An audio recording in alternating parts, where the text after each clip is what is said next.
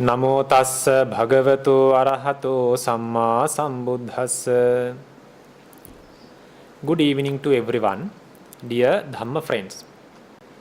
Today also we are going to talk about some facts with regards to the spiritual path. We have been talking about this spiritual path during several Dhamma discourses. Today also we are going to discuss some important facts, especially with relates to the sphere of concentration. So at the beginning we were talking about the virtue or the sila or the morality. We talk about the foremost classification of the virtue and the benefits of the virtue and the importance of the virtue towards the spiritual path or the higher developments of this path or the practice. In the Dhamma, there is a statement called the Samadhi Sangmattanika Sila. We know the virtue, having a good sila, having a good virtue, pure virtue is a great merit. By protecting the sila, a person can go to the divine world, or he can attain so many good results because of his pure virtue. That is obvious. But in this practice, we have to think that the sila is not our ultimate objective. The sila is the Samadhi Sangvattanika Sila. That is the sila which helps for the developments of the concentration. That is our objective.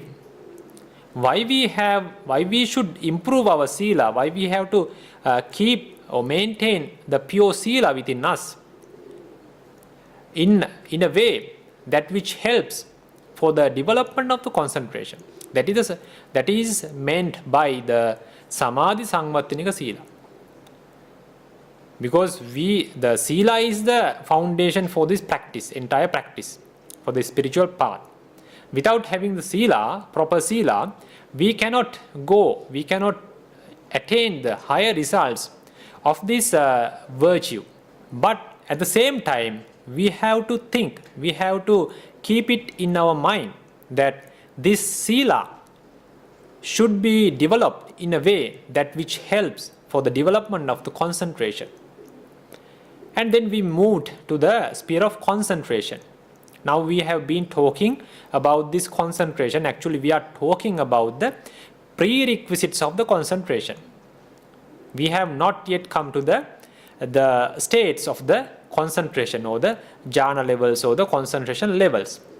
Still we are talking about the prerequisites for the concentration. What we have to do before we start or before we develop the concentration.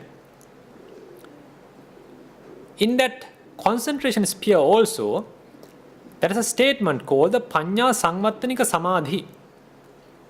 That is, we know that jhana or the concentration is also a great merit than the pure virtue. Samadhi or the concentration, higher levels of the concentration or the jhana levels, it's a very great or the higher level of wholesome that helps you to go to the Brahma realm even. But those results are not our ultimate objective. Even though it gives higher results by developing the concentration, still that is not our ultimate objective. Our ultimate objective should be within this practice. The concentration should be developed in the way that which helps for the development of the wisdom. The wisdom is developed by the vipassana, the insight meditation. By developing the insight meditation, we can achieve the insight knowledges. That is the wisdom, that is the way how we develop the wisdom. Then ultimately you can achieve the noble paths and the fruition and ultimately the ultimate liberation, nibbana. That is the use, that is the necessity of samadhi in this entire practice. not going to the Brahma realm. That is not our ultimate objective. In this practice, we have to develop our samadhi or the concentration in a way that which helps for the wisdom or the development of the wisdom.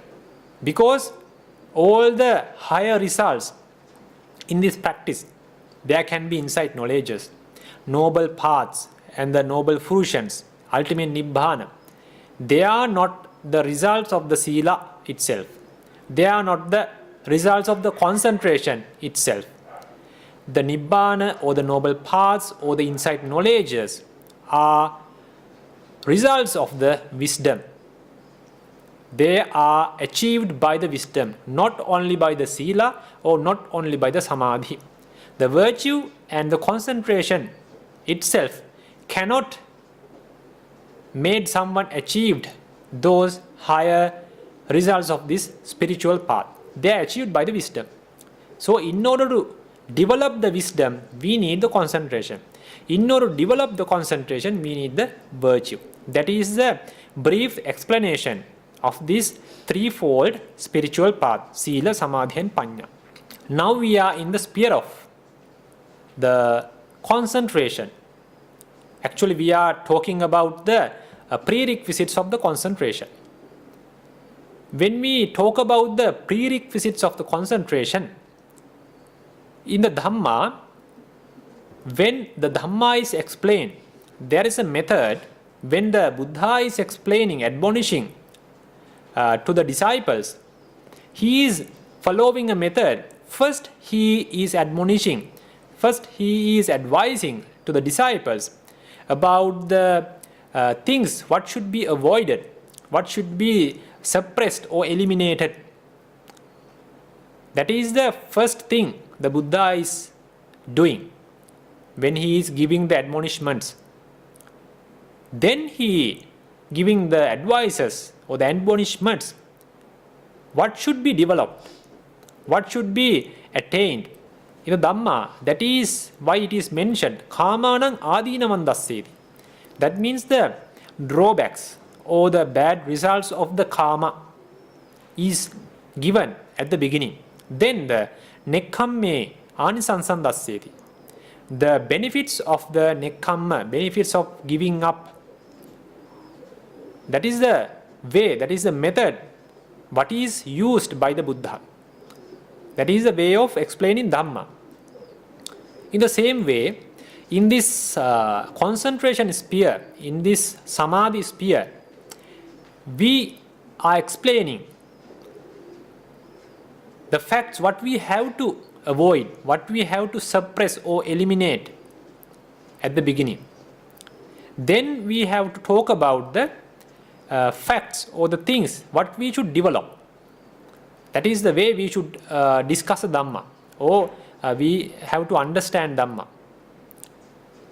In this samatha sphere, in this concentration story, what are the things what we have to, pancha nīvaraṇa, the 5 hindrances, those are the things what we have to suppress in these concentration levels, in this samatha sphere. When you want to achieve the higher levels of the concentration, access concentration or the absorption concentrations, then you have to eliminate or you have to suppress these 5 hindrances. Not only the 5 hindrances, all the other akusalas we have to suppress, which is in the level of hindrances. But especially these 5 hindrances are the main obstacles to attain the higher levels of the concentration. So in the concentration story or that sphere of concentration, we are talking the 5 hindrances should be suppressed because they are the main obstacles to achieve the higher levels. Therefore, in this samatha sphere, we are talking about the 5 hindrances because they are the dhammas we have to suppress at the beginning in order to go forward. Because of that, we have been talking about these 5 hindrances. Now we have already talked about discussed about the first two hindrances, which is the Kama Chanda Nīvaraṇa or the sensual desire, in the first Dhamma discourse about these nīvaraṇas. During the second Dhamma discourse, last Dhamma discourse, we talked about the ill will or the hatred, which is the Vyapada Nīvaraṇa. Now we are going to talk about the third hindrance, which is the sloth and torpor or the Thīnamiddha Nīvaraṇa. In this today's Dhamma talk, we are going to analyze what is this Thīnamiddha Nīvaraṇa and what are the things we should know about this Thīnamiddha Nīvaraṇa or the sloth and torpor. So these are the topics what we are going to talk about the sloth and torpor Nīvaraṇa. What are these topics we are going to talk? What is the sloth and torpor, and what are the Dhamma explanation with regards to the sloth and torpor hindrance, how it is described in the Dhamma. Why two realities are combined as one nīvaraṇa? That means during the last two hindrances, the first is Kāmacchanda Nīvaraṇa. That is, when we talk about the realities, that is one reality which is called the tanha or the lobha, what we call the sensual desire. That is one reality and one nīvaraṇa. One reality is called or one reality is described as the nīvaraṇa level. That sensual desire is not every time, it is not a nīvaraṇa, but the developed one is the nīvaraṇa. So anyway, in this kama sensual desire, the lobha is the reality which comprises. Then during the second nīvaraṇa also, we had in the Vyapada Nīvaraṇa the dosa, ill will or the hatred was the nīvaraṇa. One reality and one nīvaraṇa. But in this nīvaraṇa, the speciality is sloth or the thīna and the torpor, the middha. Though these two realities are two cetasikas, two realities, because they are two different mental factors and they have their own existence as a reality. But in this nīvaraṇa story, when we talk about the hindrances, these two, sloth and torpor, in Pali, the thīna and middha, are combined together and we discuss as one hindrance, one nīvaraṇa. And also we are going to talk about what is the reason to combine these two realities as one nīvaraṇa. Then the behavior of the Thīnamiddha Nīvaraṇa, when it emerges in our mind, how it acts, how it behaves, those things are also we are going to discuss. What are the causes to arise Thīnamiddha? What are the environment? What are the reasons to emerge this sloth and torpor? And a simile with regards to the Thīnamiddha, to understand well about this Thīnamiddha Nīvaraṇa, and how we should identify Thīnamiddha Nīvaraṇa. When it arises, how we can identify it is a Thīnamiddha, and simple things what we can do in order to identify, and what we should do when we are with the Thīnamiddha Nīvaraṇa, and also how we can suppress, because in this concentration sphere we are going to eliminate those, we are going to suppress those hindrances. In this Thīnamiddha Nīvaraṇa, what are the things we can do in order to eliminate or suppress this Thīnamiddha Nīvaraṇa? And also at the end, how the relief from the Thīnamiddha helps to develop the concentration. Those are the topics we are going to talk. We are going to discuss today under the sloth and torpor hindrance of the Thīnamiddha Nīvaraṇa. The first topic is, what is the sloth and torpor or the Thīnamiddha Nīvaraṇa? The Pali statement is also given, which is taken from the Samanya Pala Sutta commentary. So we are going to talk about the meaning or the translation of that Pali statement. Sloth. This is the name which is given for the Thīna. Sloth is mental passivity or inactivity of the mind, which is the Thīnaṃ Chitta Gelañña. Gelaññam is the state of the sick person. We can say Gelaññam is the sickness. So the mind, when the mind is got sick, the sickness of the mind is called the Thīna or the sloth. Sloth is the sickness of the mind, sickness of the consciousness. Torpor, the middha, refers to the sluggishness or the rigidity of the cetasikas. The same condition which relates to the mental factors, because Chittuppada comprises consciousness and the other mental factors. That is called the Chittuppada as one unit. But it comprises consciousness and these cetasikas or the mental factors.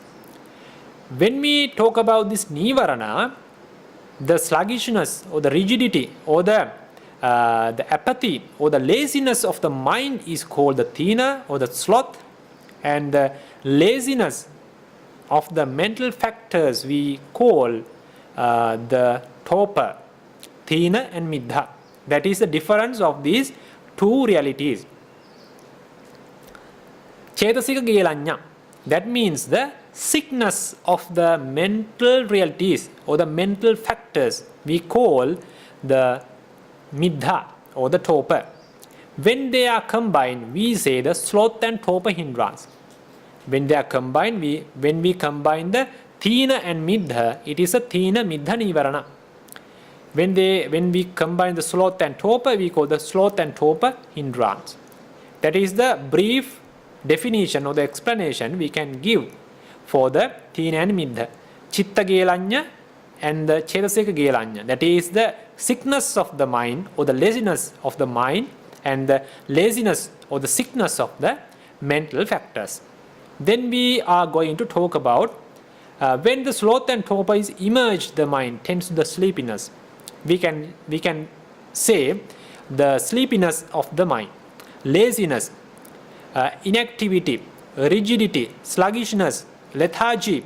By these terms, we can call this Thīna and middha. But it should be differentiate the laziness of the mind and the laziness of the mental factors. Thīnamiddanti, Thīnaṃ middhaṃ. That means in the Pali term, when we combine them together, we call the Thīnamiddha. And this Pali text, we are going to talk about the translation. Sloth is a synonym for the sluggishness. That means the Tesu, among these two realities, Chittassa akammanyatha Thīnam. That means the inactivity of the mind is called the Thīna or the sloth. And Thinnam khandanam akammanyatha middham. That means that when we talk about the aggregates, there are 5. The first is Rupa Khanda, the aggregate of the materiality. And the other 4 aggregates are the mental aggregates. We call the mentalities.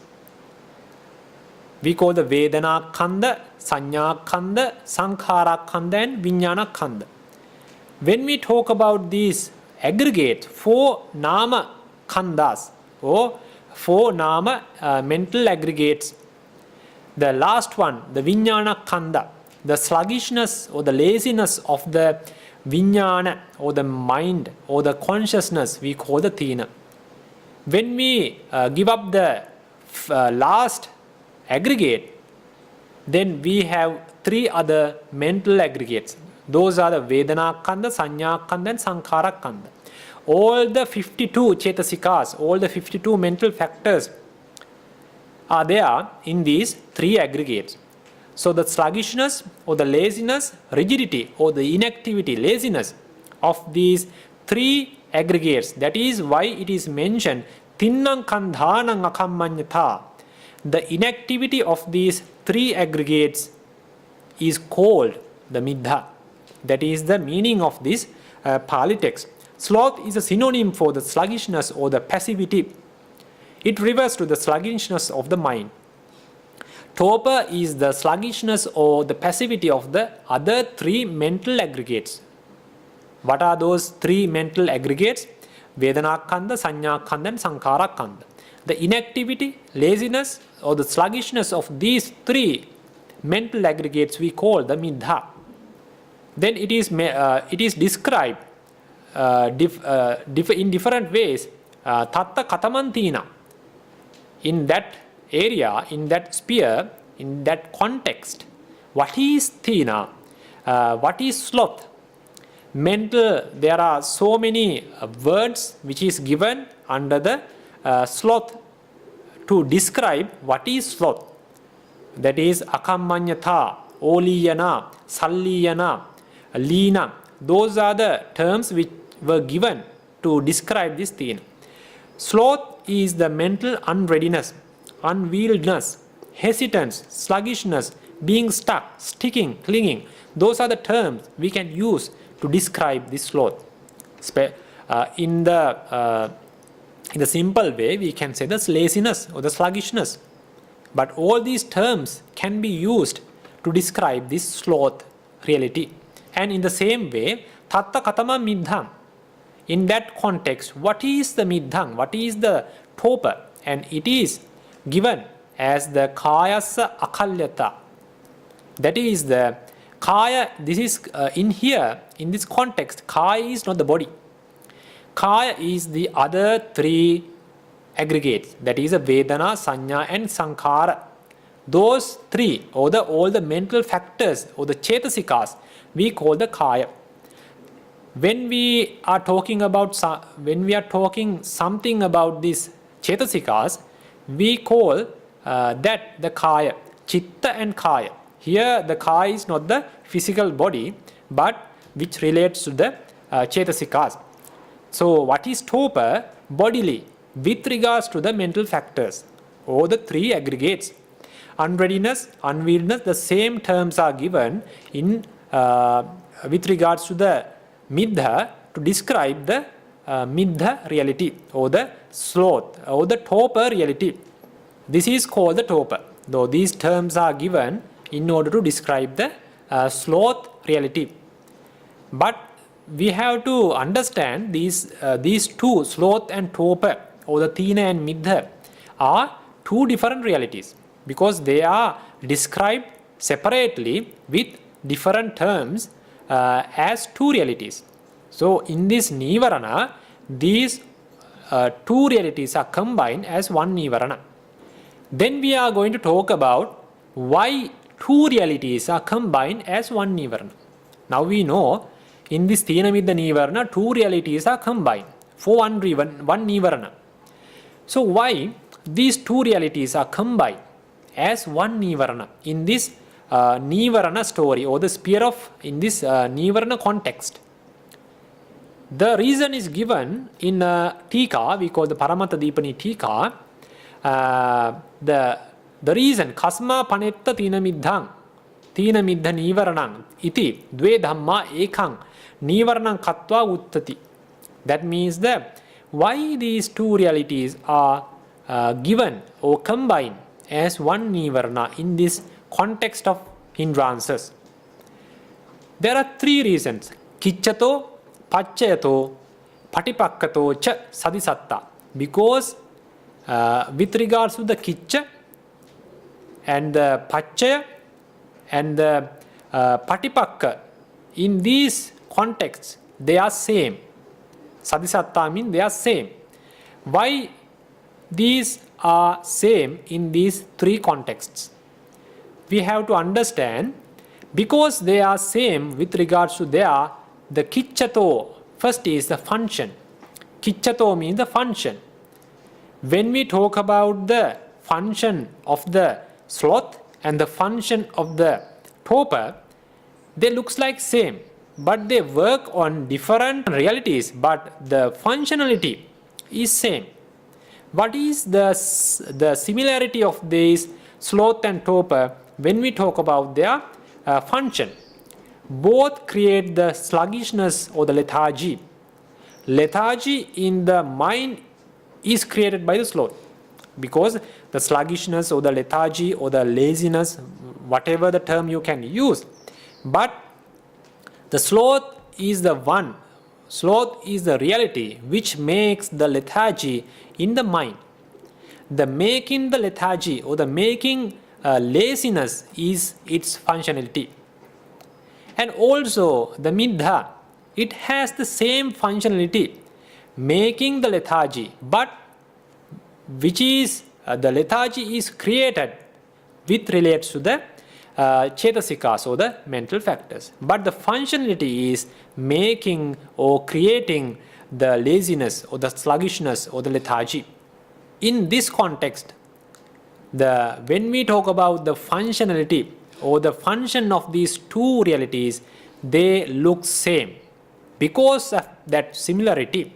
Kicchato, because of the similarity of the function, they are combined together in this hindrance context. The second one is the paccayato, the causes to arise, causes to emerge. When we talk about the sloth, what is the main reason or what are the reasons to emerge the sloth in our mind? Discontent, we call the arati, apathy, fidgeting, indolence, after meal drowsiness are the causes to arise both sloth and torpor. The causes are same because of that similarity with regards to the emerging causes. They are combined together in this context of hindrances. That is, we call the paccayato with regards to the causes to arise.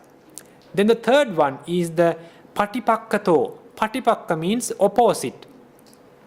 The state of oppositeness we call the patipakkato. That means the opposite natures are same. For the sloth, the opposite nature is the courage. For the torpor also, the opposite nature is the courage. We call the virya. That is why in the Pali text we call the patipakkato virya patipakkang. That means these both sloth and torpor, Thīnamiddha, they are opposite to the virya. The sloth and torpor both are opposite to the courage. So that is because of the similarity with regards to the opposite natures, we combine them. We combine the sloth and torpor together in this context of hindrances. In this way, we have to understand why these two realities are combined together in this Thīnamiddha nīvaraṇa.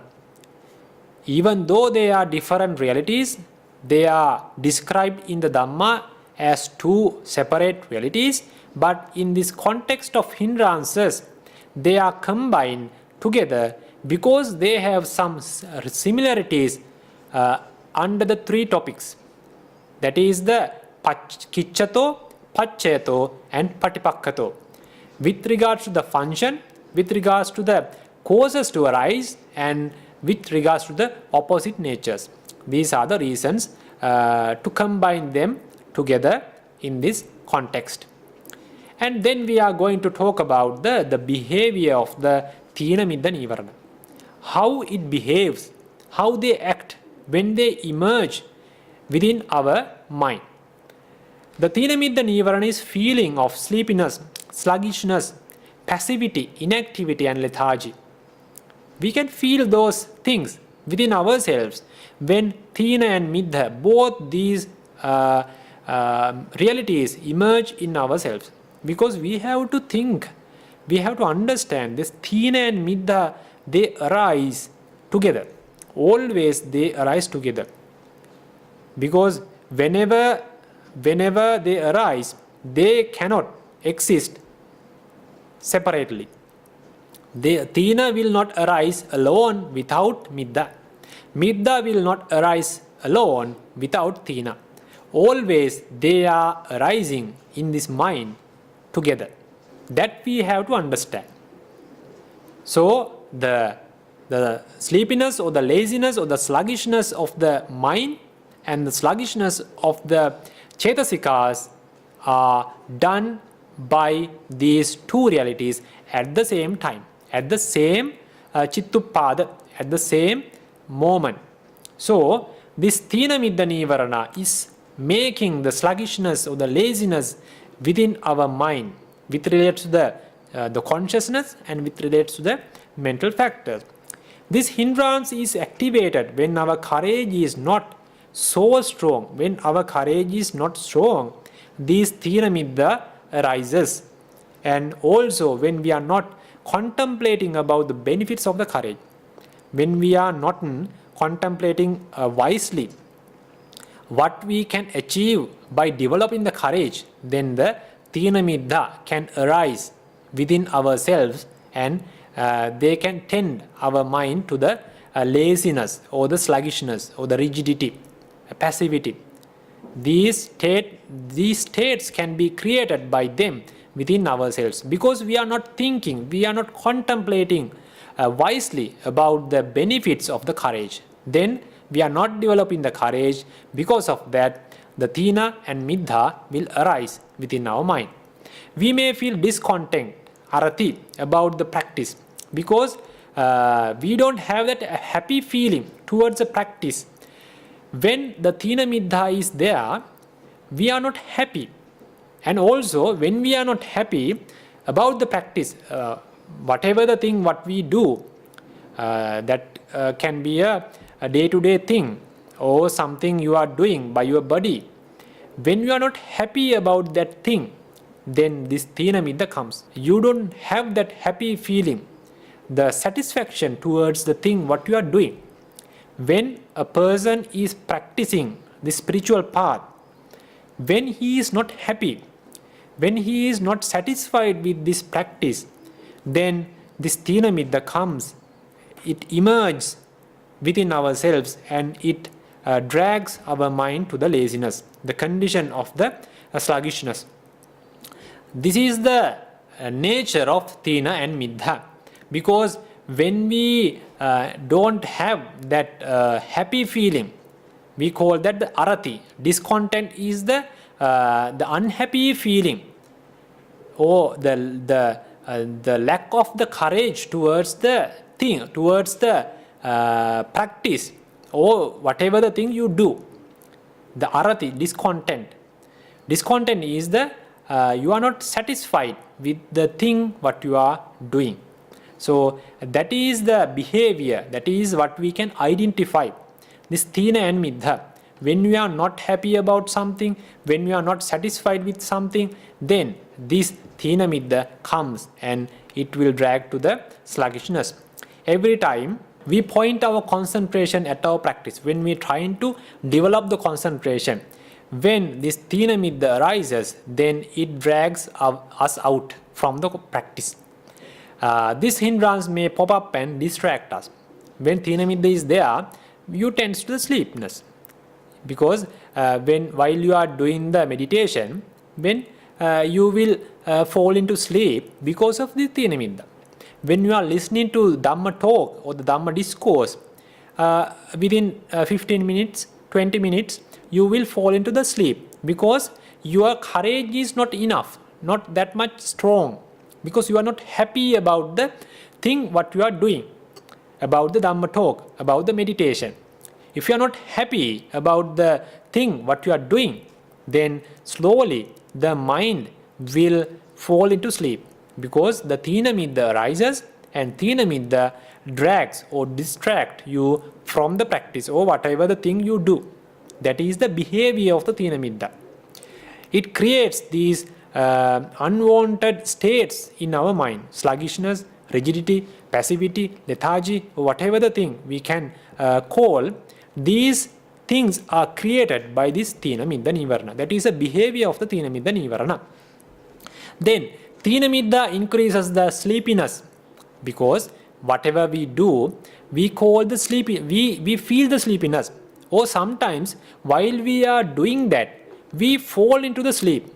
While you are doing the meditation, while you are reading a book, while you are listening to Dhamma, you will fall into the sleep because Thīnamiddha is developing the sleepiness within ourselves. That is the behavior. Sometimes Thīna and Middha arises when attending to an unsuitable meditation object. Sometimes all the meditation objects are not appropriate to everyone because we have to choose the most suitable meditation object for ourselves, because that should be done with the help of a teacher.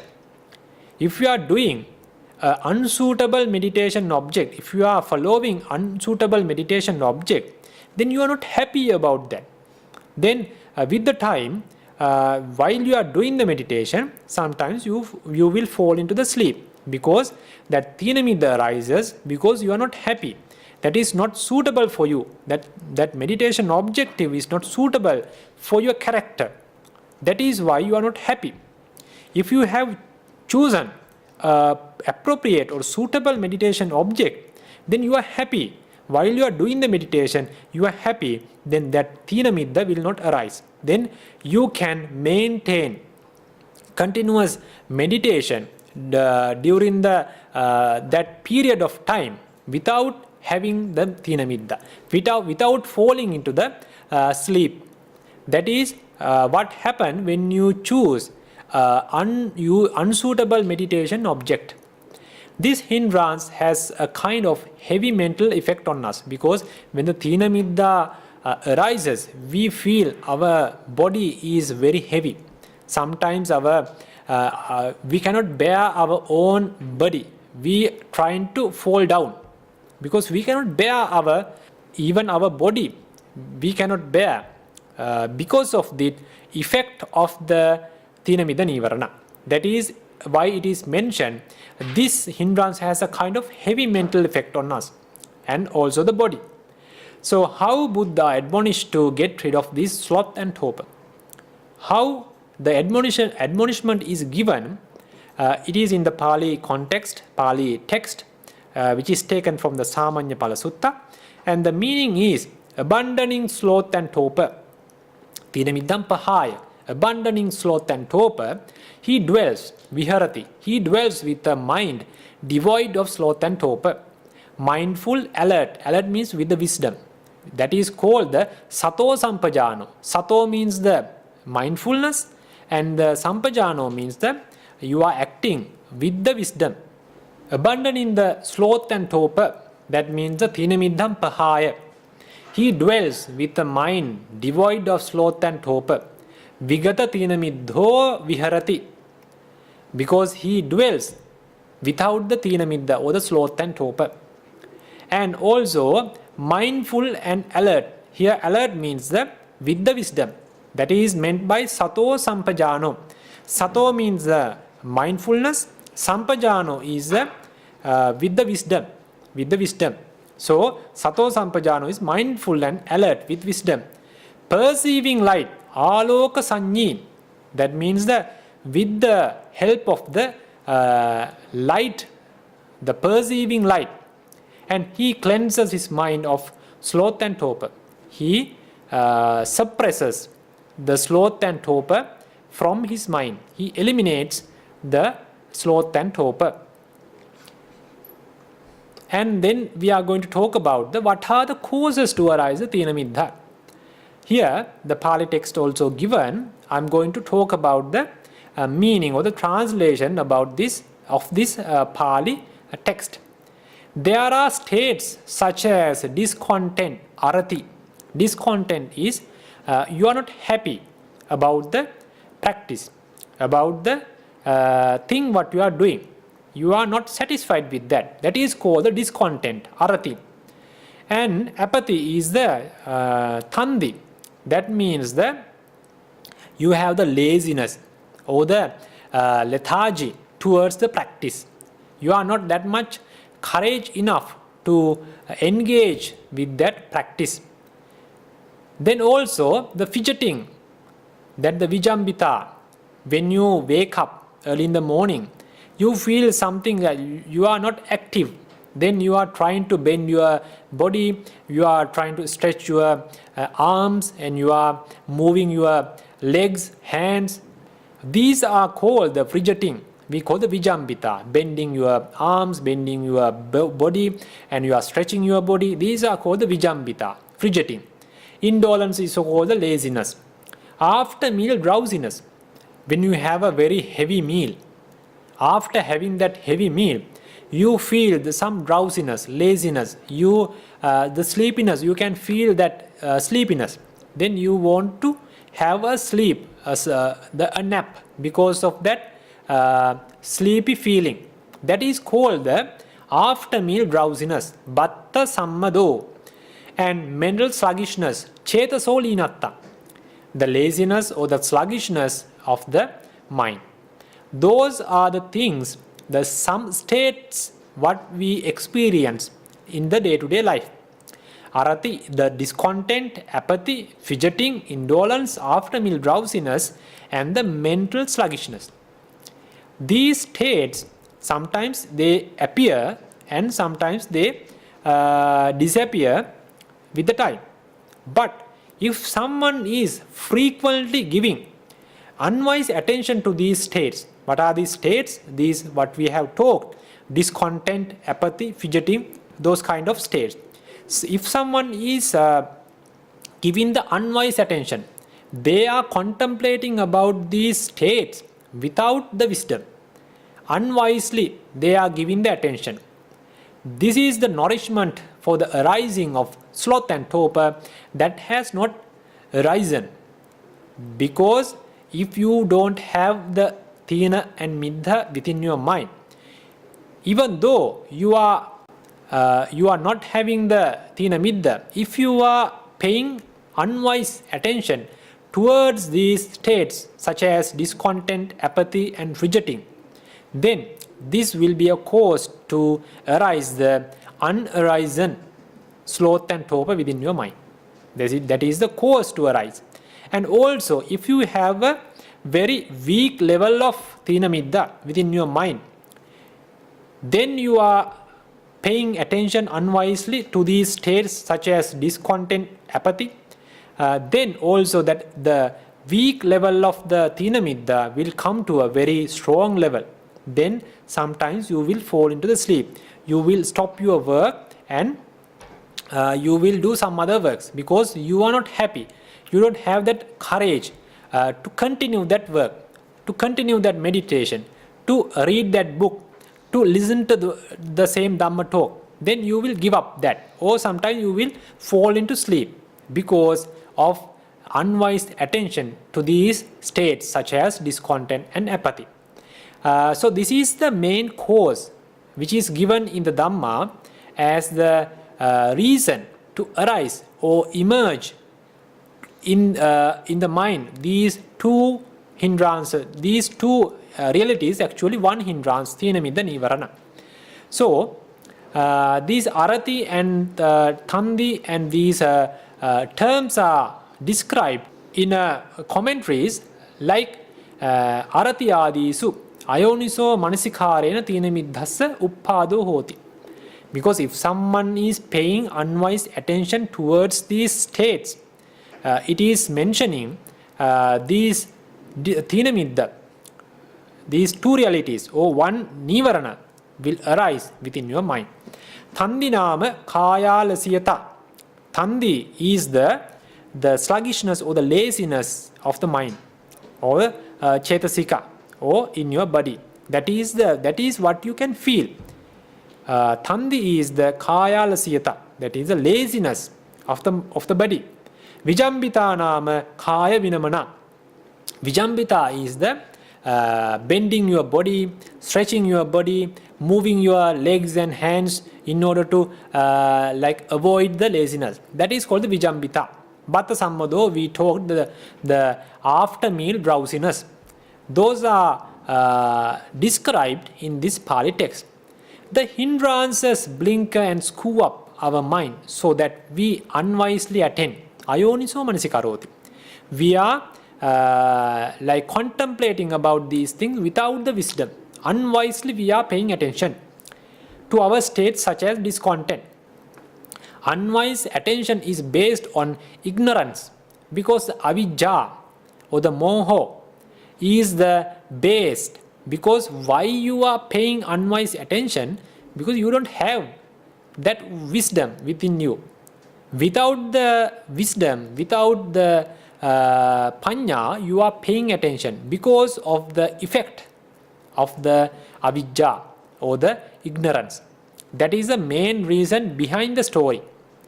Because of avijja, you are paying attention unwisely to these states such as discontent, apathy, or the after meal drowsiness, towards these kind of states.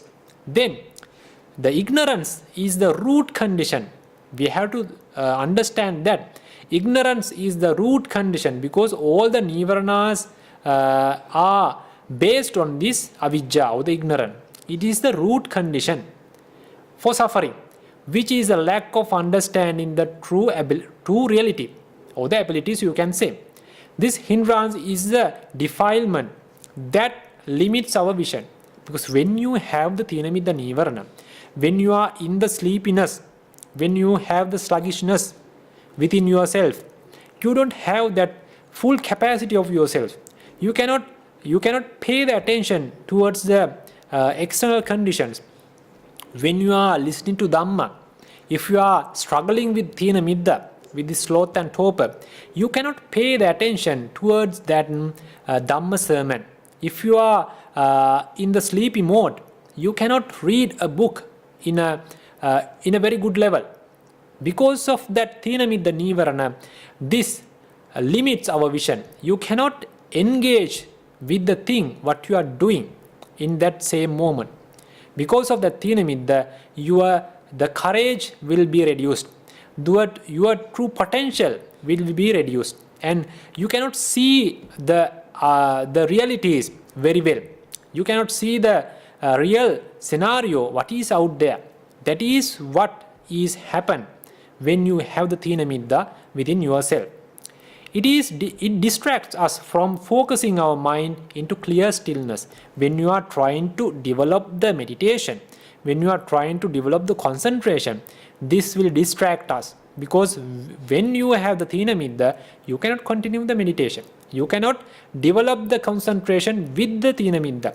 You have to suppress that. You have to give up that Thīnamiddha, and you have to continue. You have to engage continuously in that meditative process. That is why that Thīnamiddha distracts us from focusing into clear stillness. This hindrance prevents our mind from directly knowing the true nature of our being. Because when you have the Thīnamiddha, you feel that sleepiness, you feel inactivity, because you are in the state of sluggishness, lethargy, rigidity. You cannot move your body as you wish. Because of that, you cannot identify your true potential. You cannot use your true capacity towards the thing what you are doing. That is the disadvantage of this having the Thīnamiddha nīvaraṇa. Then we are going to talk about the simile with regards to the Thīnamiddha nīvaraṇa. So the Pali text is given, which is taken from the Sāmaññapala Sutta commentary. And we are going to talk about the translation, what is given in this metaphor, the simile. A person who is imprisoned during a festival day is unable to see the beginning or the middle or the end of the festives. When released on the following day, he hears the people say. Because when someone is imprisoned, he cannot go out. He cannot go freely outside, because he might have done something wrong. So he is imprisoned. But outside there is a festival. The other people, the friends of that imprisoned person, they go to the festival and they enjoy. They do whatever the things they want to do during the festival. They enjoy very well. The following day, that imprisoned person will be released. The following day, when he is released, they go to the friends, and the friends were appreciating.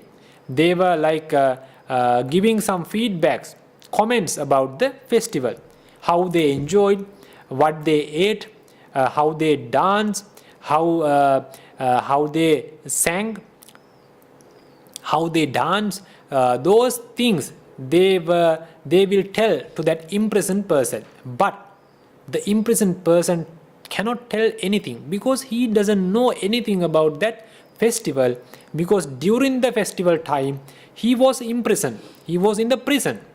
He couldn't enjoy the festival. So when the others are giving very good comments, when they are appreciating the festival, he will have to be silent, because he doesn't know anything about the festival. He cannot say anything how he enjoyed the festival, because he couldn't go to the festival because he was imprisoned. In the same way, even if a very eloquent Dhamma discourse is being given, one overcome by sloth and torpor would not know its beginning, middle or end, if after the discourse he hears it being praised. In the same way, as the festival, when a very good Dhamma discourse is given by a very talented preacher or a competent preacher, it is very important. If someone listens to that Dhamma discourse, he can get a very good understanding about the Dhamma, because the preacher is very skillful. But if a person, while he is listening to the Dhamma discourse, he will fall into the sleep, or he is struggling with the Thīnamiddha. He cannot focus to that Dhamma discourse, whether it is a very important, very good level Dhamma discourse. But this person is struggling with the Thīnamiddha. He cannot focus, he cannot listen to the Dhamma facts which is given during the Dhamma discourse. But throughout the Dhamma talk, he cannot focus to the beginning of the Dhamma discourse.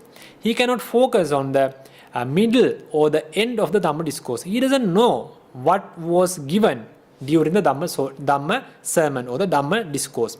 He cannot say anything about the Dhamma discourse. So after Dhamma discourse is finished, the other listeners will praise the Dhamma talk. Then this person cannot give any comment, because he was struggling with the Thīnamiddha, or he felt to the sleep.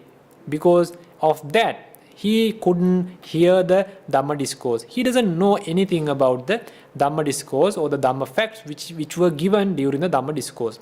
When the other friends are praising, are appreciating them, or when they are discussing about the Dhamma facts which were given through the Dhamma discourse, this person who was struggling with the Thīnamiddha, who fell into the sleep, he cannot say anything about the Dhamma discourse, because he couldn't hear that. As an imprisoned person, when the festival is going on, because that simile is given when that is not the bad side of the Dhamma discourse. Like the festival, there is nothing wrong with the festival. Festival was good. The people can go to the festival and enjoy it. But this person was imprisoned. The wrong is with the imprisoned person.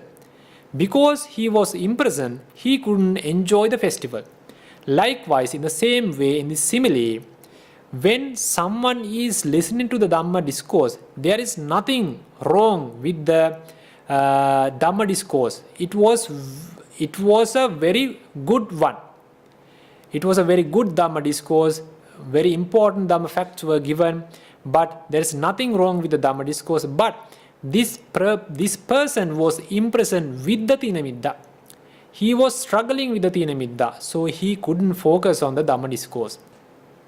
In this way, this metaphor was given by the Buddha, and it was described in the commentary in this manner. So we have to learn, or we have to understand about this Thīnamiddha.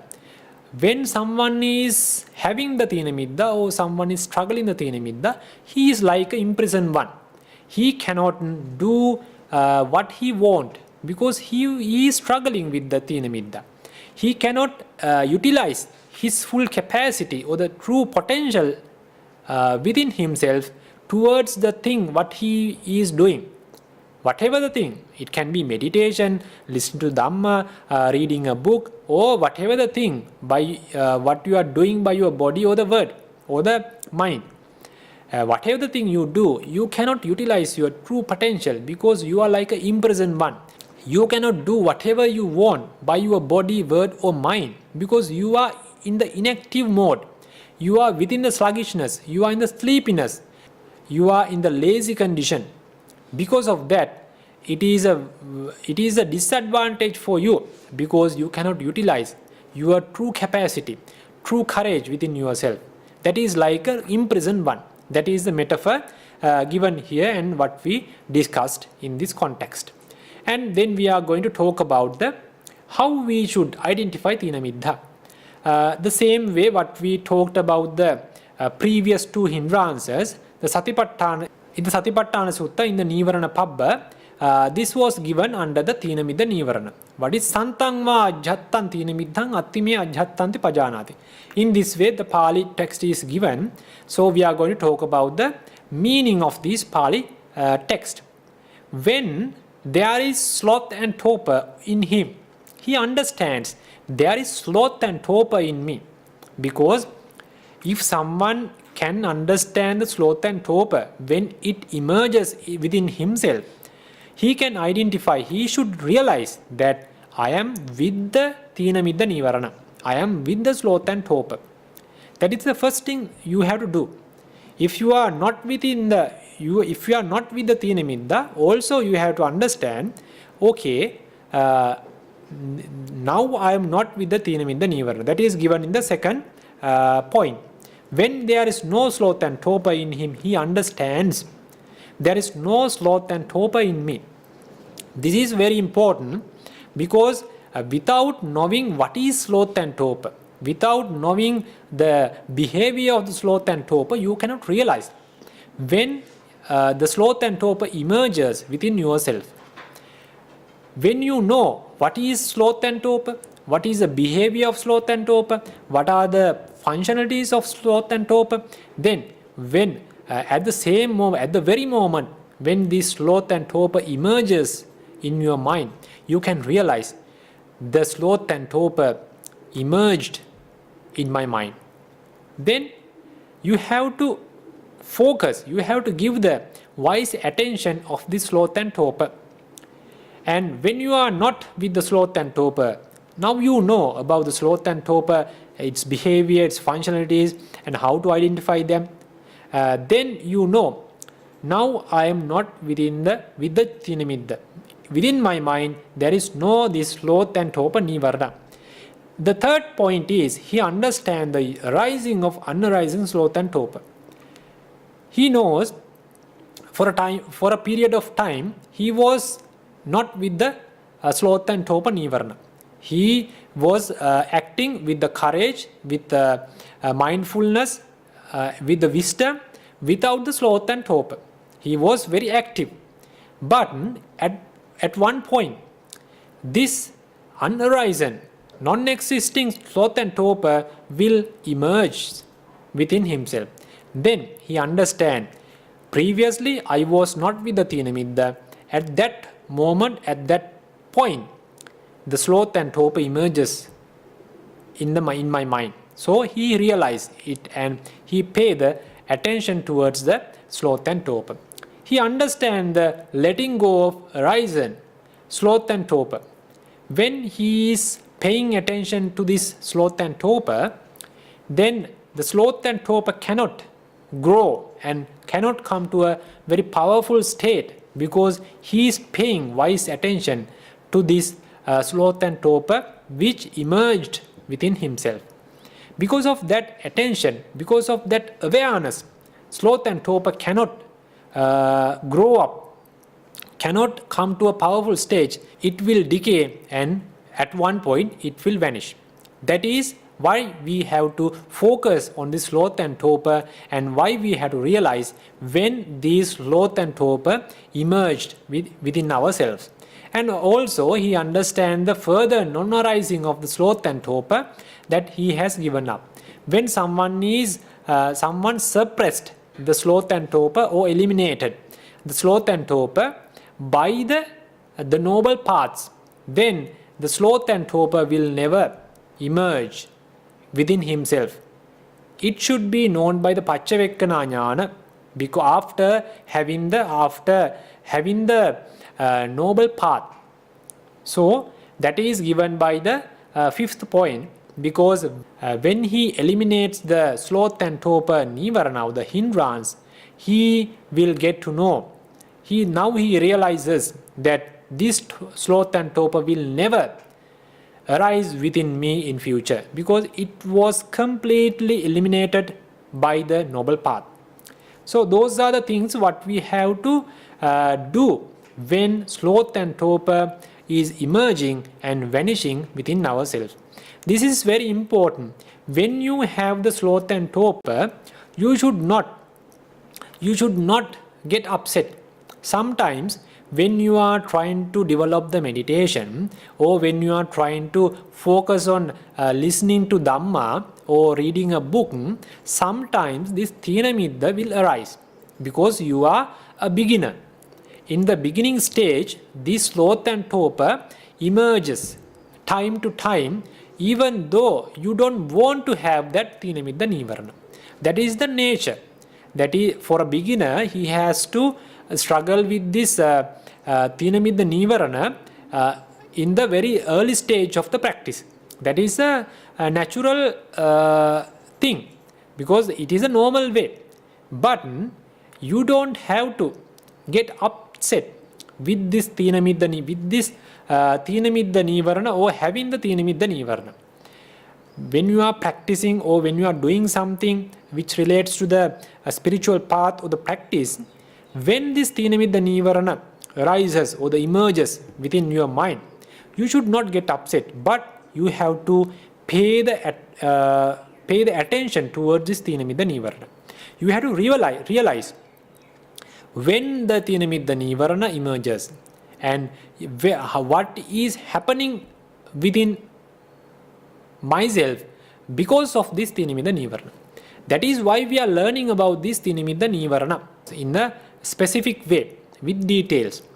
Then you know the behavior of the Thīnamiddha and what are the causes to arise this Thīnamiddha. Then, however, the Thīnamiddha arises, now you have to do paying attention or being aware of that Thīnamiddha nīvaraṇa. That will help to decay the Thīnamiddha nīvaraṇa and vanish it, or give up that Thīnamiddha nīvaraṇa and suppress it temporarily or completely. That is what you have to do when you have the Thīnamiddha nīvaraṇa. If you get upset when you have the Thīnamiddha nīvaraṇa, then sometimes the unarisen Vyāpāda nīvaraṇa can come to the emerging state. Earlier you didn't have any nīvaraṇa. Then you are practicing, you are trying to focus on the meditation. Then the Thīnamiddha comes. Then you get upset. You are trying very hardly with this meditation, but always that Thīnamiddha comes. Then you will get upset. Sometimes you will get the ill will or the hatred feeling towards the Thīnamiddha, towards yourself, towards the practice, or towards the teacher who are giving the admonishments. These things can happen. You are trying very hardly, but the Thīnamiddha always obstructs you. Always Thīnamiddha trying to distract you from the practice. Because of that, you should not get upset. You should not invite the Vyāpāda nīvaraṇa to the emerging state because of the Thīnamiddha nīvaraṇa. Sometimes also when you get the Thīnamiddha nīvaraṇa, the Uddhacca Kukkucca nīvaraṇa also can come to the emerging state. These things, you should not allow these things to happen. Even though you have Thīnamiddha nīvaraṇa, you should not get upset. The only thing you have to do at that very moment is paying attention to the Thīnamiddha nīvaraṇa. Being aware of the Thīnamiddha nīvaraṇa. with the wisdom, then the Thīnamiddha nīvaraṇa, like an enemy, when the enemies get to know by the other people, enemy will go away. He will not try to be with that people, the group of people. Likewise, when the Thīnamiddha nīvaraṇa is realized by you, Thīnamiddha nīvaraṇa cannot exist for a longer period in our mind. Thīnamiddha nīvaraṇa cannot grow in a very powerful state when you are paying attention wisely to that Thīnamiddha nīvaraṇa. Thīnamiddha nīvaraṇa cannot act freely. It cannot freely act within your mind. If you are not paying attention to the Thīnamiddha, then it will grow and it will come to a very powerful state, and sometimes it will distract you. It will force you into the sleep as well, and sometimes you have to stop the practice or the thing what you are doing. But if you are paying attention wisely to that Thīnamiddha nīvaraṇa, then the Thīnamiddha nīvaraṇa cannot survive, cannot exist within your mind. Slowly it will decay, and at one point it will decay. It will vanish from your mind. Then you have to realize, earlier you were with the Thīnamiddha nīvaraṇa, now it vanished, and now in my mind there is no any sluggishness, there is no any laziness, there is no inactivity in my mind. Then you can realize, now I am free from Thīnamiddha nīvaraṇa. Then you have to focus on the practice or whatever the thing you were doing before the Thīnamiddha nīvaraṇa arises. In that way you have to realize this Thīnamiddha nīvaraṇa. The hindrances exist in everyone. This presence is not a personal failing. You should not think in that way as a personal failure. It is a very normal condition for every beginner. So you should not think about that as a personal failing. It is useful to see their occurrences as an important opportunity to investigate them. As the same way what we have discussed with the previous two hindrances, you can take this as an opportunity to investigate how the Thīnamiddha nīvaraṇa behaves, how the Thīnamiddha nīvaraṇa arises, how the Thīnamiddha nīvaraṇa will vanish with my awareness, with my action. So you can investigate the behavior or the existence of this Thīnamiddha nīvaraṇa. You can take that exact opportunity to investigate that. Sometimes it is wise to not attempt to quickly get rid of a hindrance, because when you get upset or when you are trying to do something immediately to get rid of the Thīnamiddha nīvaraṇa which is emerged within your mind, then sometimes the other nīvaraṇa, it is like an invitation for the other nīvaraṇas. Vyapada nīvaraṇa, uddacca kukkuca nīvaraṇa, vicikicca nīvaraṇa. These hindrances can arise because you are focusing very well, you are trying hard, but this Thīnamiddha nīvaraṇa obstructing you every time. Then you sometimes suspect the practice. You get something angry towards the environment, towards the food, towards your teacher, towards the practice. These can happen because you are trying to do something too quickly. That is not the better way you have to follow. You have to do the paying attention. Just paying attention will do the work. So sometimes it is wise to not attempt too quickly to get rid of the hindrance. You have to just paying attention, but to use it as a chance to learn something about the Thīnamiddha nīvaraṇa. The stronger the hindrance, the more important it is to investigate them. When Thīnamiddha nīvaraṇa is so powerful, very strong, then it is an opportunity to investigate the Thīnamiddha nīvaraṇa in a deeper way. So you can utilize that opportunity as a very important period of time to investigate that Thīnamiddha nīvaraṇa. Then how we can suppress Thīnamiddha nīvaraṇa and what steps we can follow in order to suppress the Thīnamiddha nīvaraṇa. There are the rousing elements in the Pali context. Athi bhikkave arambha dhatu, nikkama dhatu, parakkama dhatu, tatta yoniso manasikara bahulīkāru. There are we have to understand there are rousing elements. That means the Arambha Dhatu, that is the segment of the courage or the virya, and the persistent element, that is the Nikkama Dhatu, and the exertive element, Parakkama Dhatu. If someone is giving frequently attention to these three states, rousing element, Arambha Dhatu, a persistent element, Nikkama Dhatu, and exertive elements, the Parakkama Dhatu. When someone is giving the wise attention frequently to these three states, then this is the unarisen. Sloth and torpor does not arise. And the arisen sloth and torpor is abundant.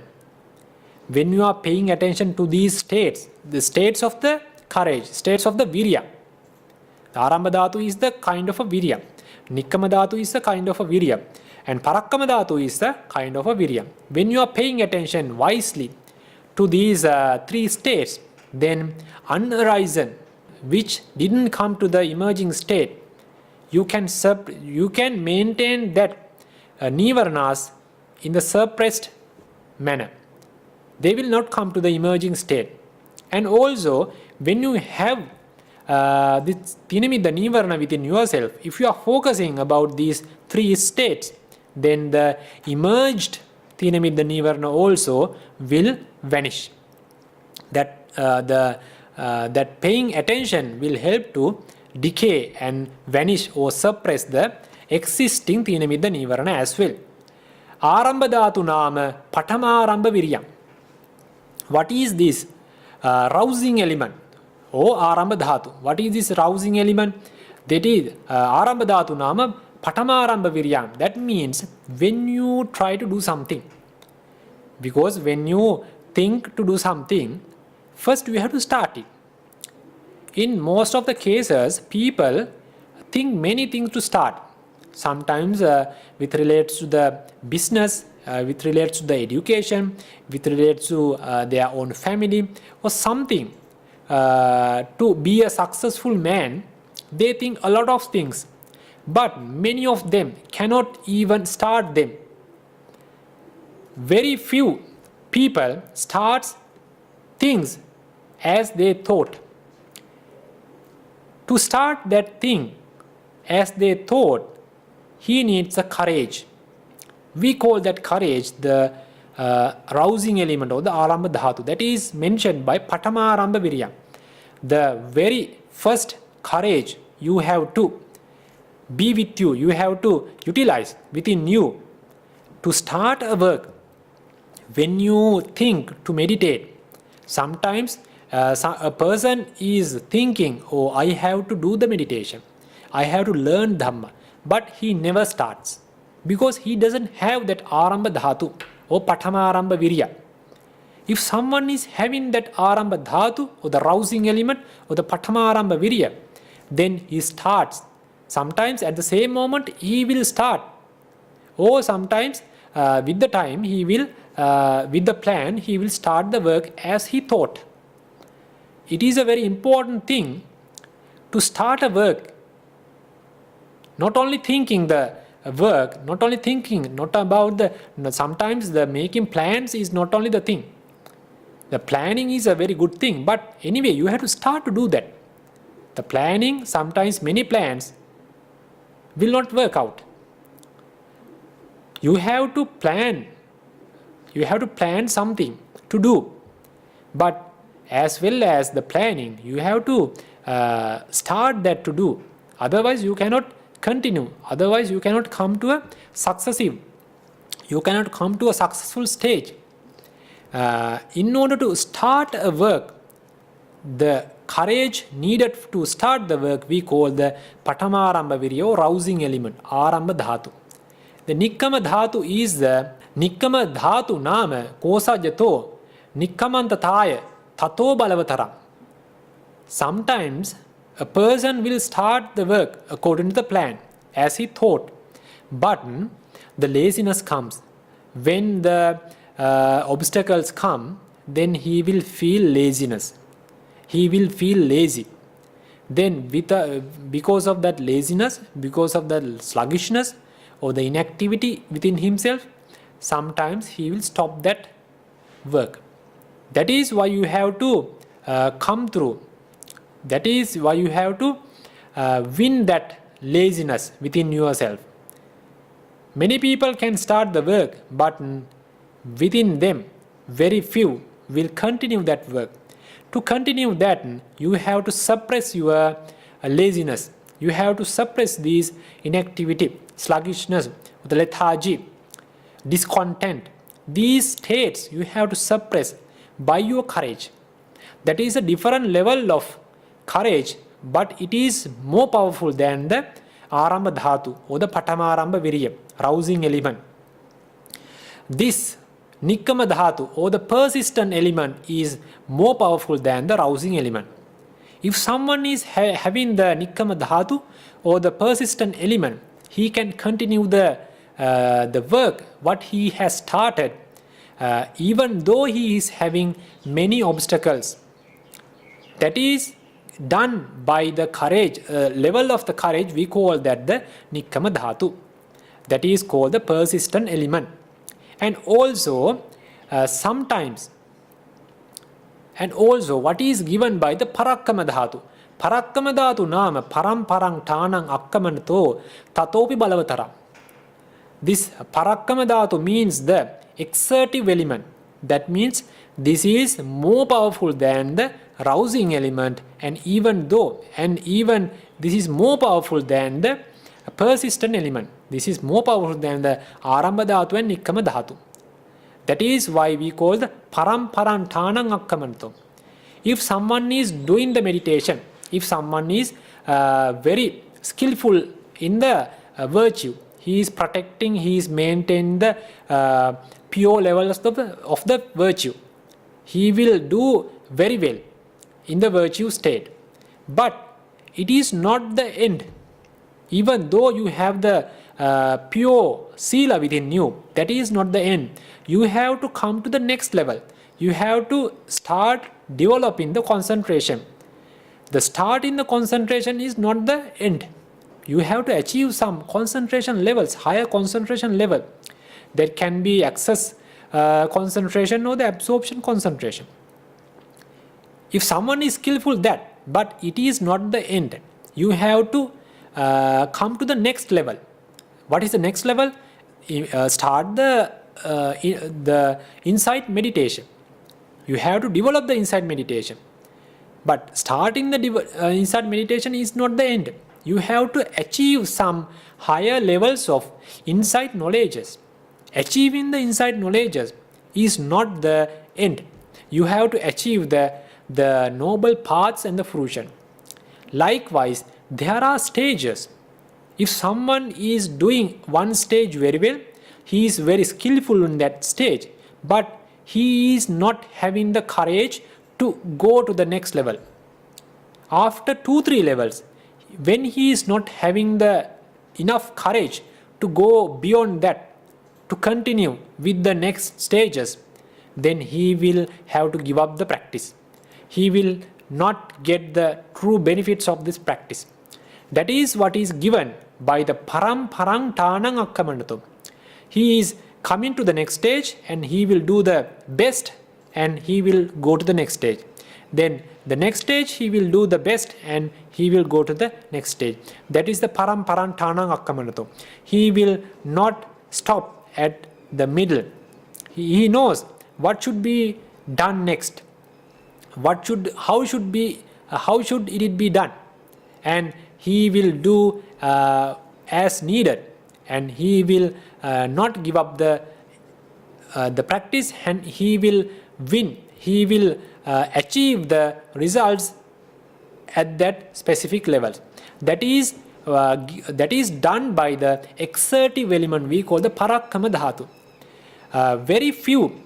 When we consider about the society, many people doesn't have that exertive element. Many have Aramba Dhatu, many have Nikkama Dhatu, but when it comes to the many higher levels of stages, then they will not have the stage to succeed in those higher levels. that is called, if someone is having that courage, if someone is having that courage to succeed in all the stages, step by step, that is called the Parakkama Dhatu.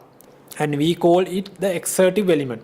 If someone is giving frequent attention to these Arambha Dhatu, the rousing element, Nikkama Dhatu, the persistent element, and the Parakkama Dhatu, the exertive element, because of giving the wise attention to these three states, or because of contemplating about these three states, about the courage, then it will be the great cause or the very strong cause to suppress the Thīnamiddha. He knows, he has that courage, and also he thinks about these things, how he should contemplate about these three states. He should contemplate about the benefits. If I'm having the Arambha Dhatu, if I'm having the Nikkama Dhatu, if I'm having the Parakkama Dhatu, what are the benefits I would experience? If I'm not having these three stages of the courage, what are the drawbacks? What are the bad outcomes I have to experience? That is the paying attention wisely. That is how he should contemplate about these three stages of the courage, about the rousing elements, persistent elements, and the exertive elements. That is how he should paying attention or contemplate with the wisdom about the courage. Then when he is contemplating about the benefits he can attain with these three states of the courage, then he can suppress easily the Thīnamiddha nīvaraṇa, because now he always thinks about the benefits if he develops these three levels of the courage. It is the great or the powerful cause to suppress or to eliminate this Thīnamiddha nīvaraṇa temporarily or permanently. And also, 6 things are conducive to the abandonment of sloth and torpor. When someone is practicing, when he is engaged with the practice, he has to develop these 6 things. Earlier we talked, when someone experiences the sloth and torpor, at the same time he has to pay attention, he has to wisely think about the sloth and torpor within his mind, because of that he can decay or he can give up that sloth and torpor. That is at the very moment, that is what you have to do at the very moment when you are with the sloth and torpor. These 6 things are the habits. These things should be practiced ourselves as a habit, as a practitioner, to have a suitable environment, not to emerge, not to give a chance to Thīnamiddha to emerge, to come to our mind. Because these 2 steps are different. When you are with the Thīnamiddha nīvaraṇa, you should not try to do something immediately. You should do the paying attention wisely, or you should contemplate, or you should make yourself aware about the Thīnamiddha nīvaraṇa. Then that will help to suppress the Thīnamiddha nīvaraṇa and vanish it. These 6 things are the habits you have to practice, you have to follow within yourself in order to have a proper environment within yourself, not to give a chance to Thīnamiddha nīvaraṇa to emerge or to come to the emerging state. What are those 6 things? The first thing is ati bhojane nimittak gaho, that is not overeating, that is knowing when to stop eating. When someone is having very delicious food, then he will not think about the limit, and he will not think about the amount he need. Then because of the deliciousness of the food, he will eat as much as he can. That is not the way a practitioner should follow. If a practitioner wants to wants to make a proper environment within himself, not to give a chance to Thīnamiddha nīvaraṇa, then he has to contemplate about the food he is taking. He should have a proper understanding about the amount he actually needs. That is what is given here, atibhojane nimittaggahu. That means he knows what is the amount he needs because of this to maintain his good health, good mental health and the physical health. Otherwise, when he get a delicious food, he will not paying attention about the amount he need. He will eat as much as he can.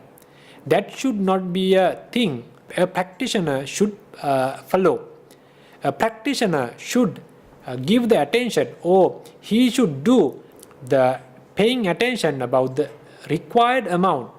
That is the not overeating. He should not eat over the amount what is actually required for his existence.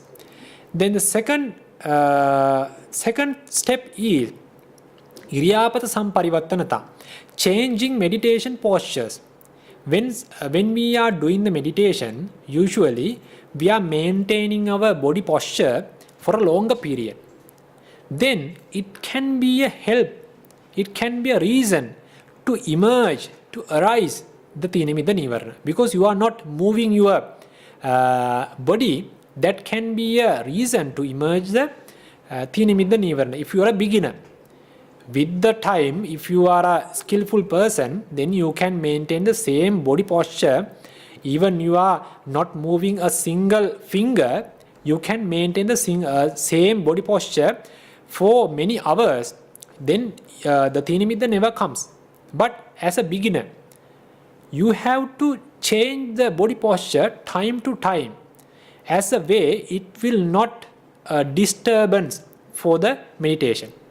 If you are moving, if you are changing the body posture very frequently, then it will be a drawback or the obstacle for your meditation, development of the concentration. It will be a disturbance. Then you have to think about, you have to balance these two levels. If you are maintaining the body posture for a longer period, the same body posture, then Thīnamiddha comes. If you are changing your body posture frequently, then your meditation will not be developed. Then you cannot attain the higher development of the concentration. Then you have to balance this. Without maintaining the body posture for a longer period, at the proper moment, at the suitable moment, you have to change the body posture. That is given here as the iriyapata samparivartanata. Then the frequently change in the body posture is not good for the development of the concentration. It is a disturbance. So you have to balance these two states.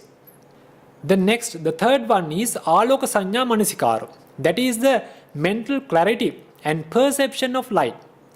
That is the contemplating or recalling about the powerful light sources. When you are doing the meditation during the night, you can think about the sun, the sunlight, which is the surrounding or the environment which is lighted up by the sun.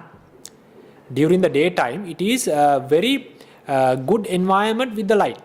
And you can also think about the moon, the state of the moon. Then sometimes you can think about the state of a lamp which is nearby, or you can recall by your mind. That is mentioned here, āloka saññā manasikāra. When you are having the sleepiness, when you are having the sluggishness feeling within your mind, if you are feeling inactivity with regards to the body, then you can do that āloka saññā manasikāra. That means you are recalling about the powerful light sources. It can be a lamp, it can be a candle, it can be a electrical lamp, it can be moon, it can be sun. Whatever the powerful light source, you have to think. Then this will help to suppress the Thīnamiddha nīvaraṇa and come to the previous energetic state without having the Thīnamiddha nīvaraṇa. The fourth one is the abbokāsa vāso. If you are staying outdoors, is the Obhasa Vasu. If you are staying in a very dark place, you cannot see the environment, then your mind tends to the sleep. The sleepiness will come to the mind automatically if you are in a very dark place.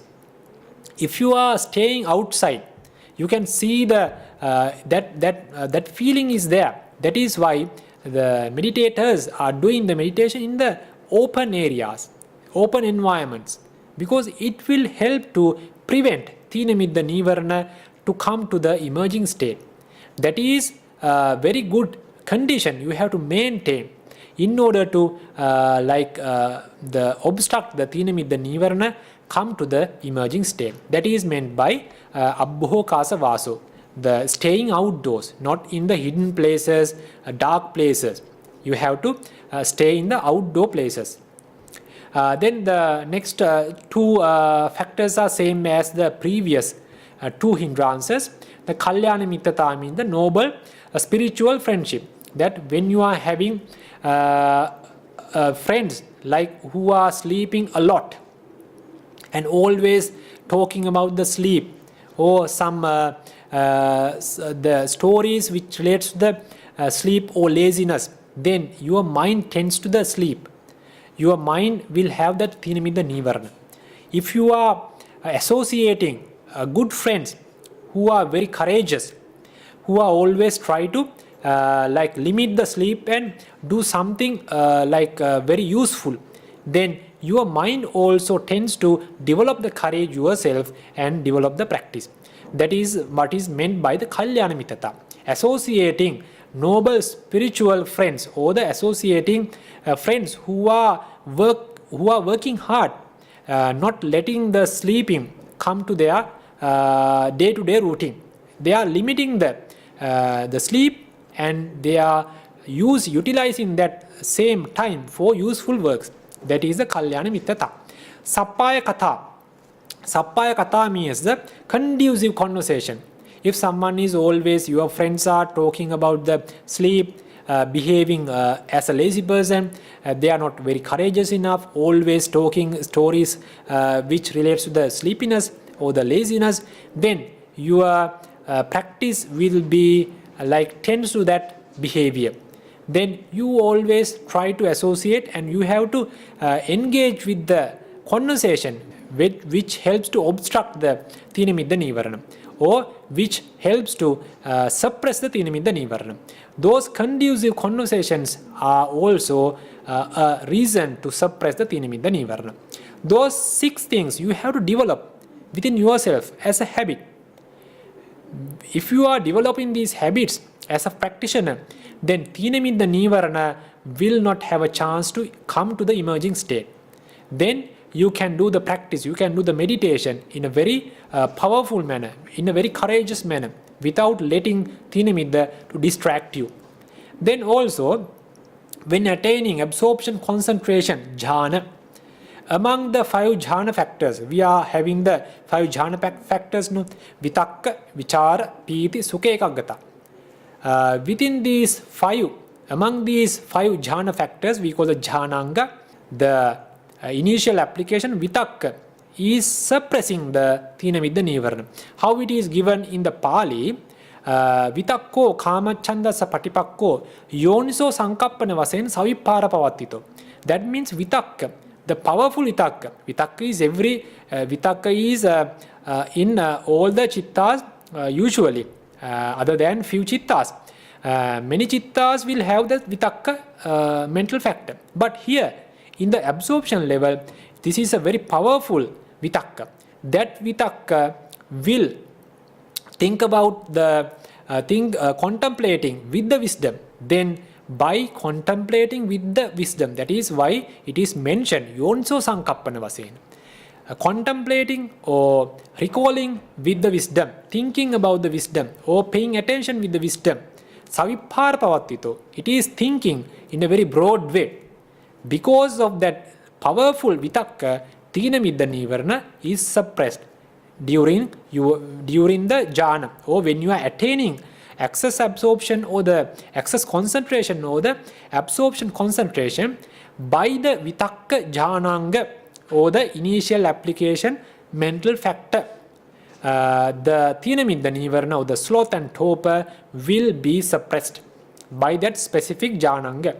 And also, that is eliminated by the path of the arahanthood, that the sloth and torpor, the Thīnamiddha nīvaraṇa, will be suppressed eliminately, or the eliminated completely by the arahant magga, or the fourth noble path. That you should know how the Thīnamiddha, or the sloth and torpor, is suppressed during the jhana, or during the absorption level, or the access concentration level, and how it is completely eliminated by the noble path. Then we are going to discuss about the last topic, how the relief from the Thīnamiddha helps concentration. Pali text is given. The Buddha is describing to the Ajatasattu Maharaja about when a person is when the person suppress this Thīnamiddha nīvaraṇa, how he feels, how he can experience the suppressing of the Thīnamiddha nīvaraṇa. It is given as actually it is given as a metaphor, Maharaja, that a man is bound in a prison. As time passes, we called during the simile about the imprisoned person. We got to know how a imprisoned person is equal with the person who is having the Thīnamiddha nīvaraṇa. Likewise, then with the time, as time passes, he eventually is released from the bondage. He comes out from the prison, and safe and sound with no loss of property. The thought would occur to him, when he got rid of from the prison, he got released from the prison, then he will feel that happy feeling. He will come to a very happy or the very pleasant stage because of the releasing. That is, the feeling is, before I was bound in prison, now I am released from the bondage, safe and sound with no loss of my property. Because of that, he would experience joy and happiness. That is the simile what is given by the Buddha. When someone is released from the prison, earlier he was an imprisoned person, he was in the prison, but now he released from the prison, and now he has that pleasant experience with the joy and the happiness. In the same way, when a person who had that Thīnamiddha nīvaraṇa and all the together with all other nīvaraṇas, when someone suppresses these hindrances at a very specific time, then he will realize, because now he is paying attention to these nīvaraṇas. Now he got to know, now I am free from these nīvaraṇas or the hindrances. Then that joy and the piti or the happiness will arise with himself. That is described here when these 5 hindrances are suppressed by the 5 jhanangas or jhana factors. Each jhana factor will suppresses 1 nīvaraṇa. Likewise, 5 jhana factors will suppress all the 5 nīvaraṇas. That is, we call the panchanga vippahīnam, panchanga samannāgata. What is suppressed? 5 hindrances. What is in the jhana? That is the 5 jhanangas or the jhana factors. By these 5 jhana factors, these 5 hindrances are suppressed or eliminated. When these 5 hindrances are suppressed and when someone contemplates his mind, the joy arises. We call the pāmojja. Pāmojja arises. When the pāmojja or the joy is there within his mind, then the rapture, the piti, the developed version of the pāmojja, we call the piti. When someone is having the joy arose because of the suppressing of the pancha nīvaraṇa or the 5 hindrances. Because of that joy or the pāmojja, he experienced or he attained the piti, the developed or stronger version of the pāmojja. When rapture is there, when someone is having the piti, the serenity or the passaddhi, the chitta passaddhi and kaya passaddhi, both will come to a mature state. When he is having the rapture or the piti, these passaddhi, kaya passaddhi and chitta passaddhi, both will come to a very stronger state. That is mentioned here.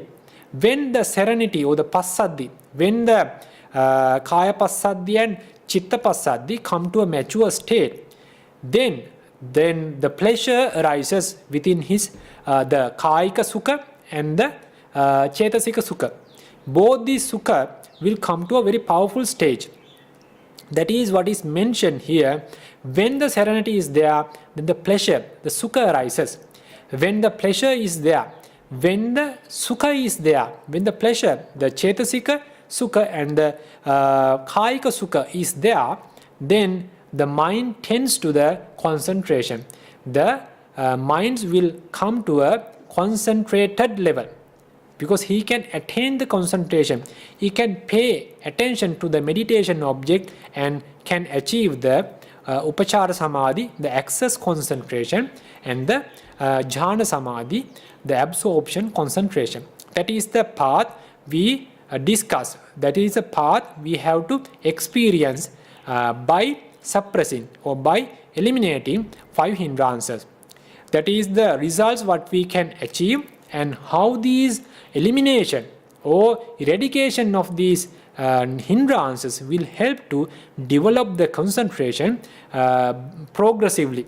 By eliminating the 5 hindrances, you experience the pamojja. Then because of the pamojja, you will experience the piti. Because of the piti, you will experience the passaddhi, the both kaya passaddhi and chitta passaddhi. Because of that, you will experience the sukha, cetasika sukha and kāyika sukha. Because of that pleasure or the sukha, you will your mind will tend to develop the concentration. You can achieve the both the concentration levels. That is how the elimination or suppressing of hindrances will help to achieve the concentration. With that explanation of the last topic, we are going to end up the today's Dhamma discourse, and it is better to have a conclusion or a summary what we have discussed and what we have gained knowledge about this Thīnamiddha nīvaraṇa. We talked about several topics. What is sloth and torpor? And we learned that during the Dhamma discourse, the sloth and torpor are 2 different realities, and they are combined together in order to have that one Thīnamiddha nīvaraṇa. And we learn why these 2 realities, the sloth and torpor or Thīna and Middha, combined together as one nīvaraṇa, because of their 3 reasons: kiccato, paccayato and patipakkato. And the behavior of Thīnamiddha nīvaraṇa. When the Thīnamiddha nīvaraṇa arises in our mind, how it acts, how it behaves within our mind, and what are the causes to arise Thīnamiddha nīvaraṇa. What are the helpful conditions to arise or Thīnamiddha to come to the emerging state of the mind. And the simile. We learn about the simile with the imprisoned person, same as a person who is having the Thīnamiddha nīvaraṇa, to understand the behavior or the functionality of the Thīnamiddha nīvaraṇa, and how we should identify Thīnamiddha nīvaraṇa when we have the Thīnamiddha nīvaraṇa, when it arises. When we have the Thīnamiddha nīvaraṇa, we have to pay attention wisely in order to get rid of the Thīnamiddha nīvaraṇa. Not to do something immediately to get rid of the Thīnamiddha nīvaraṇa. Then, how we can suppress Thīnamiddha nīvaraṇa, and what are the things we can follow in order to do the elimination or the suppressing part of the Thīnamiddha nīvaraṇa. And also, at the last topic, we talked about the how the Thīnamiddha nīvaraṇa, how the relief from the Thīnamiddha nīvaraṇa will help to develop the concentration. With this summary, we are going to end up the today's Dhamma sermon about the Thīnamiddha nīvaraṇa, the sloth and torpor hindrance. So we have accumulated so many merits by me, by preaching Dhamma, and by you listening to Dhamma and by developing the Yoniso Manasikara, with all these accumulated merits, we should transfer these merits to our parents, to the teachers who have taught us Dhamma, who have given us the Pabbajja and Upasampada, and also we should transfer all these merits to all the loved ones who have passed away, and may these merits will be a great cause for all of these to have better experiences, better developments of this practice, and may these accumulated merits will be a great cause for them to achieve their wished paths and the fruition. And also we should transfer these merits to the Devas and Brahmas who are willing to rejoice these kinds of merits, and may they rejoice these merits, and may these merits will be a great cause for them to achieve their wished noble paths and fruition. And also I would like to wish you, because of the accumulated merits, because of the power of these merits, may you have pleasant, desirable developments in these paths and the practice, and may you have good physical and mental health.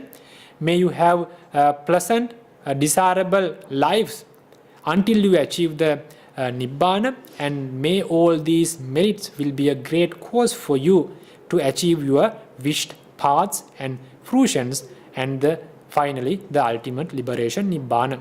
May you have the blessings of the Triple Gems.